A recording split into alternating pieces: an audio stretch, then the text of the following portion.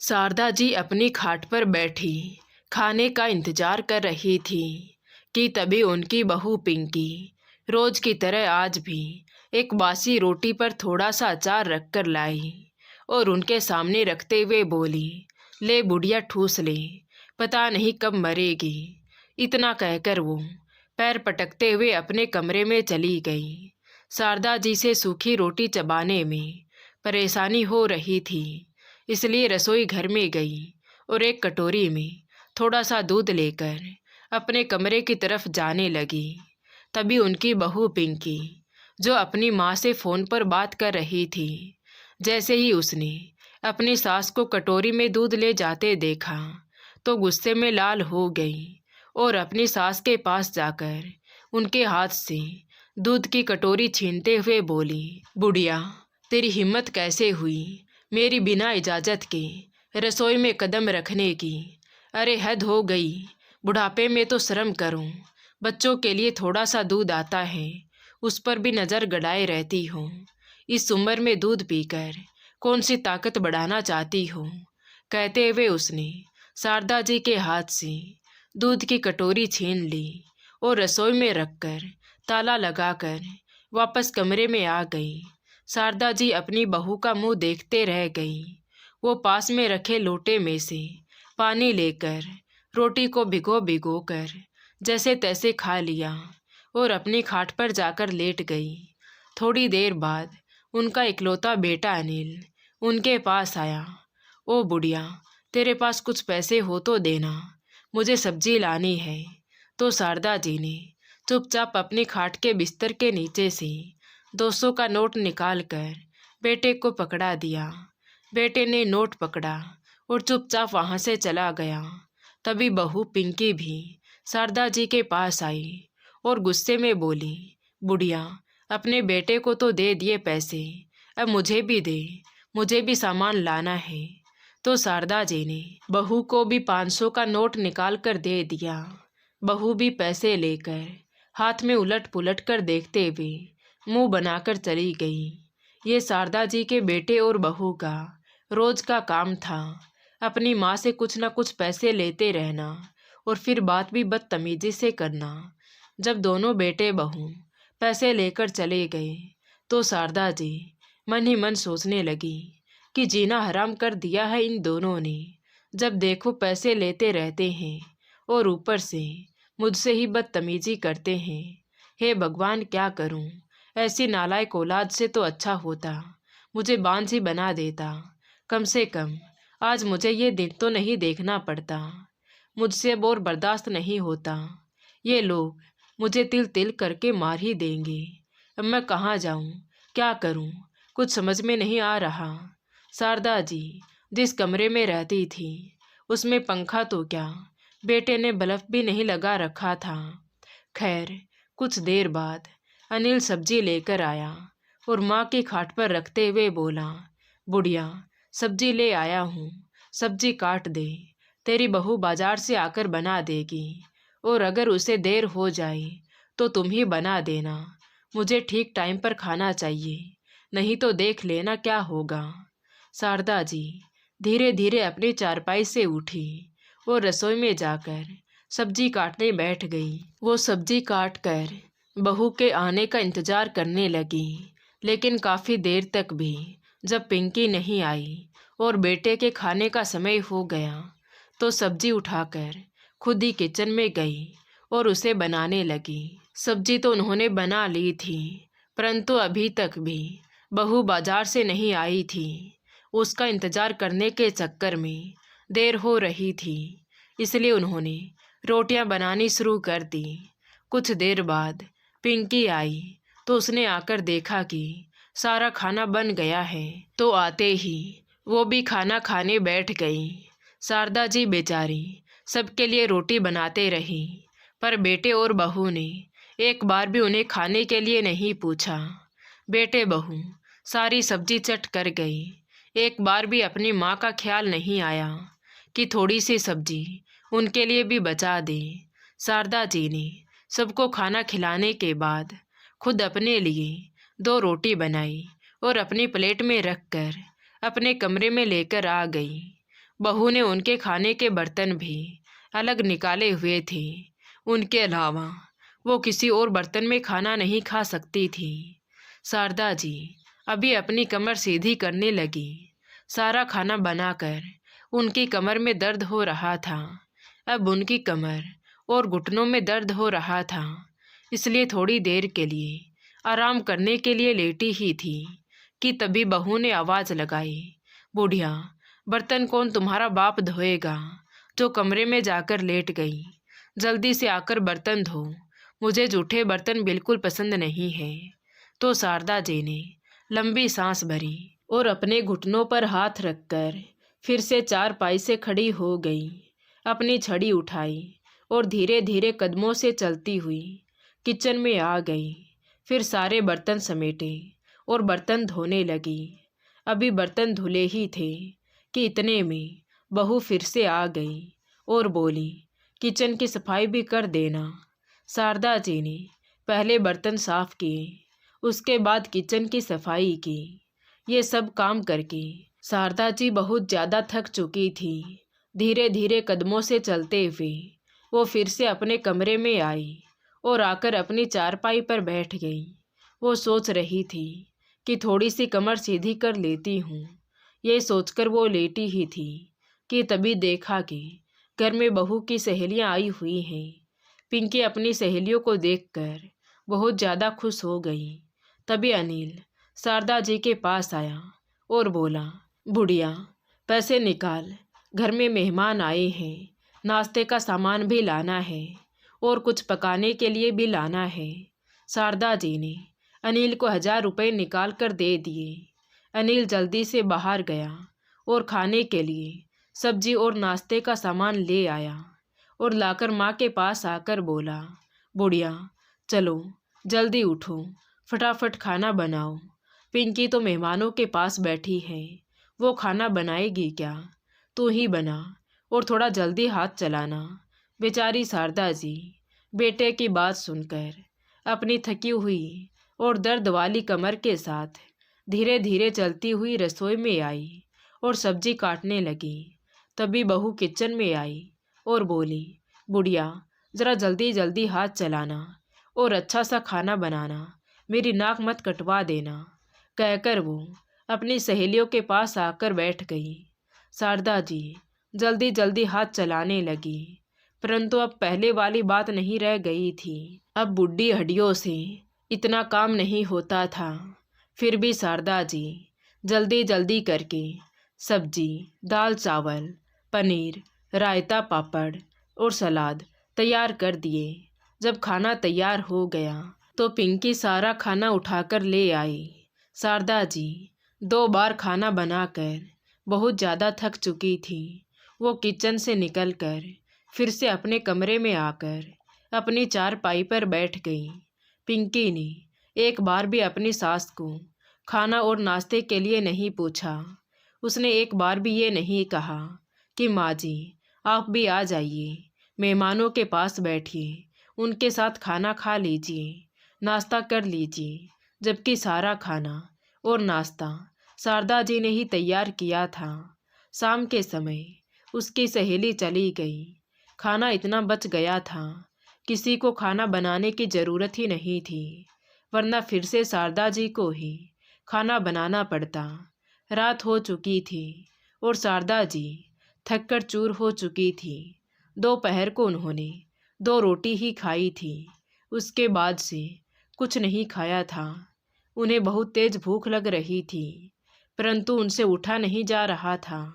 उन्हें खाना देगा भी कौन? बेटे और बहू से तो ये उम्मीद भी नहीं की जा सकती थी कि उन्हें खाना देंगे। बेटे और बहू ने तो उनका जीवन नरक बना डाला था और उन्हें समझ नहीं आ रहा था कि इस नरक जैसे जीवन से वो कैसे छुटकारा पाएंगे। उनकी आंखों से निरंतर आंसू बहे जा रहे थे। आज उनको अपने पति की बहुत ज़्यादा याद आ रही थी। वो सोच रही थी कि राम किशन जी कितने अच्छे संस्कारी थे। अपने पिता के गुण तो इसमें दूर दूर तक नहीं है। राम किशन जी तो अपने माता पिता का कितना सम्मान करते थे। अपने माता पिता की कितनी सेवा करते थे, और ये नालायक बेटा दिन रात मेरे साथ बदतमीजी करता है। सेवा क्या खाक करेगा। मुझे तो इसे अपना बेटा कहने में भी शर्म आती है। जैसा ये है वैसे ही इसकी पत्नी है। अब तो ये सब मुझसे और बर्दाश्त नहीं होता। मैं थक चुकी हूँ अब इसकी बदतमीजी और अत्याचार सहते सहते। राम किशन जी तो इतने बुद्धिमान थे, अपनी मेहनत के बल पर सरकारी नौकरी हासिल कर ली थी, और ये नालायक कुछ भी नहीं कमाता। ऐसे तो कोई प्राइवेट नौकरी भी नहीं देगा, सरकारी नौकरी क्या खाक मिलेगी। एक तो प्राइवेट नौकरी करता है और ऊपर से आए दिन छुट्टी करता है, और जो थोड़ा बहुत कमाता है वो नशे में उड़ा देता है। वो तो शुक्र है भगवान का कि मेरे पति की पेंशन आती है, जिससे मैं अपना खर्चा पूरा कर लेती हूँ, वरना ये तो मुझे भूखी ही मार देता। लेकिन ये पेंशन भी तो मेरे पास नहीं छोड़ता, घर का सारा खर्चा भी मुझसे ही करवाता है। हे भगवान, मुझे कोई रास्ता दिखाओ जिससे मैं इस नरक जैसी जिंदगी से बाहर निकल सकूं। शारदा जी रोए जा रही थी, तभी अनिल बाहर से आया। वो नशा करके आया था और आकर घर में हंगामा करने लगा। उसका रोजाना का यही काम था। वो रोज नशा करके आता और आकर घर में 1-2 घंटे हंगामा करता, और जब थक जाता तो जाकर सो जाता।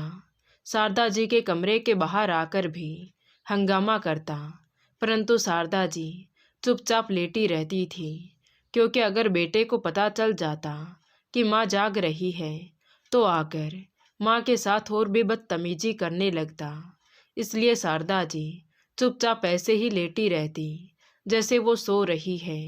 लेकिन आज बेटे बहू के व्यवहार ने उन्हें अंदर तक तोड़ दिया था।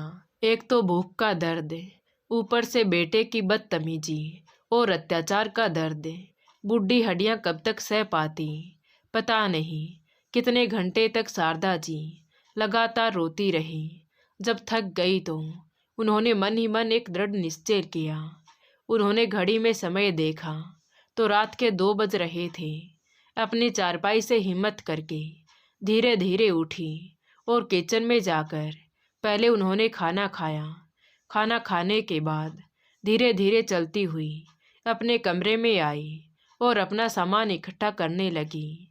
उन्होंने अपने कपड़े, घर के कागजात, जेवर, रुपया पैसा जो भी उनके पास था एक बैग में रख लिया, और फिर अपनी चारपाई पर आकर लेट गई और सुबह होने का इंतजार करने लगी। सुबह 5 बजते ही उन्होंने अपना बैग लिया और चुपचाप अपने घर से निकल गई। आज वो अपने गांव जा रही थी। काफ़ी समय पश्चात गांव का रुख किया था।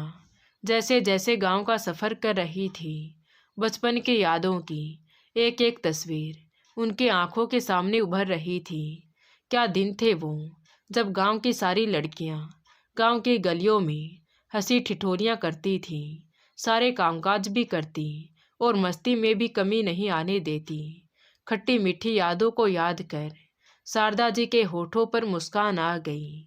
जैसे ही गांव में पहुंची तो रास्ते में ही उनकी सहेली की बेटी पवित्रा सफ़ेद साड़ी में दिखी। शारदा जी उसे देखकर हैरान रह गई। उसके पास गई तो पवित्रा भी उन्हें पहचान चुकी थी। उसने शारदा जी के पांव छूते हुए कहा, क्या हुआ आंटी जी, आप ऐसे कैसे देख रही हैं? तो शारदा जी ने कहा, बेटी ये सब क्या है, तुम सफ़ेद लिबास में कैसे? आंटी ये तो मेरा भाग्य है। शारदा जी उसका हाथ पकड़कर बोली, चल पहले तेरे घर चल, फिर बताना मुझे। तो पवित्रा उन्हें अपने घर ले गई, जहाँ एक छोटी सी कोठरी थी। शारदा जी उसे देखकर हैरान रह गई। बेटी तो इसमें रहती है? हाँ आंटी जी, गांव के सरपंच ने ही मुझे सर छुपाने के लिए ये छत दे रखी है। शारदा जी ने उसको अपने पास बिठाया और उसके 2 साल के बेटे मुन्ना को अपनी गोद में बिठाया और उससे पूछा, बता बेटी मुझे ये सब क्या है और कैसे हो गया? मुझे तो इस बारे में कुछ पता ही नहीं था। तो पवित्रा ने दुखी मन से कहा, आंटी जी अभी 6 महीने पहले की ही बात है। मुन्ना के पापा का एक्सीडेंट हो गया। बाइक पर थे, शाम के समय काम से घर आ रहे थे, ट्रक ने टक्कर मार दी। वहीं के वहीं उनकी मृत्यु हो गई। उनके घर वाले मुझे मनहूस मानते हैं, इसलिए मुझे घर से निकाल दिया। अब मैं और मुन्ना बिल्कुल अकेले हैं। सिलाई कढ़ाई करके, थोड़ा बहुत काम करके इसे पाल रही हूँ। अभी मेरा बच्चा छोटा है, अकेला भी नहीं छोड़ सकती, इसलिए घर पर ही सिलाई करती हूँ। कहते कहते पवित्रा की आंखों से आंसू बहने लगे तो शारदा जी ने उसे अपने सीने से लगा लिया और उसे चुप कराते हुए बोली, तो क्यों चिंता करती है बेटी, मैं हूँ तो सही तेरी माँ। तू मेरी बच्ची है, ये मत सोचना कि तू अकेली है। देख, मैं हूँ ना तेरे लिए, भगवान ने मुझे तेरे लिए ही तो भेजा है। चिंता मत कर, सब ठीक हो जाएगा। शारदा जी उसे सांत्वना देते हुए बोली, यहाँ बस अब तू ज़्यादा से ज़्यादा 5 दिन किसी तरह और बिता ले, फिर उसके बाद तुझे यहाँ नहीं रहना पड़ेगा।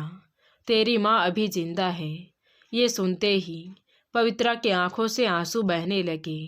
शारदा जी ने उसे गले से लगाकर चुप कराया और वापस अपने घर के लिए निकल गई। और आते ही सबसे पहले न्यायालय से अपना पेपर वर्क पूरा करके अपने बेटे और बहू को अपनी जायदाद घर मकान से बेदखल करके अपनी जायदाद का वारिस पवित्रा को बना दिया। क्योंकि शारदा जी के बुरे समय में उनकी सहेली ने उनका बहुत साथ दिया था और पवित्रा भी उनसे अत्यधिक प्रेम करती थी। अगले दिन घर पर नोटिस आया तो बेटे बहू के होश उड़ गए। माँ जी, आप हमारे साथ ऐसा कैसे कर सकती हो, ये घर तो हमारा भी है ना। तो शारदा जी ने कुछ नहीं कहा। वकील और पुलिस की मदद से उनसे घर खाली करवा लिया और अगले दिन ही पवित्रा और उसके बेटे मुन्ना को अपने साथ ले आई। जब पवित्रा को पता चला तो उसने बहुत मना किया, नहीं आंटी जी, मैं आपके बेटे का घर उजाड़ कर आपके साथ कैसे रह सकती हूँ। तो शारदा जी ने उसे सीने से लगाते हुए कहा, नहीं बेटी, अगर वो मेरा बेटा होता तो वो मुझे ऐसे नौकरों की तरह नहीं रखता। अब तुझे रोने की ज़रूरत नहीं है। अब तू ही मेरा बेटा है और तू ही मेरी बेटी। हम दोनों माँ बेटी जिंदगी भर इसी घर में सुकून से रहेंगे। कहते हुए शारदा जी ने पवित्रा को गले से लगा लिया। अब दोनों खुशी खुशी उस घर में जीवन व्यतीत करने लगी। पवित्रा शारदा जी की इतनी सेवा करती कि सबकी कमी पूरी कर देती। शारदा जी की पेंशन से उनका घर अच्छा चलता, किंतु पवित्रा भी बहुत से काम करके घर के खर्चों में मदद करती। अब शारदा जी के घर में चारों ओर उजाला ही उजाला फैला था। शारदा जी और पवित्रा मुन्ना के साथ बहुत खुश रहती थी। दोस्तों, जरूरी नहीं कि अपने घर में उजाला केवल अपनों से ही हो। कई बार अपने धोखा दे देते हैं तो गैर आकर भी संभाल लेते हैं। तो दोस्तों, आपको ये कहानी कैसी लगी कमेंट करके ज़रूर बताएं। कहानी अच्छी लगी हो तो प्लीज़ वीडियो को लाइक करें, शेयर करें और हमारे चैनल कहानी विद देवांशी को सब्सक्राइब ज़रूर करें। Thank you.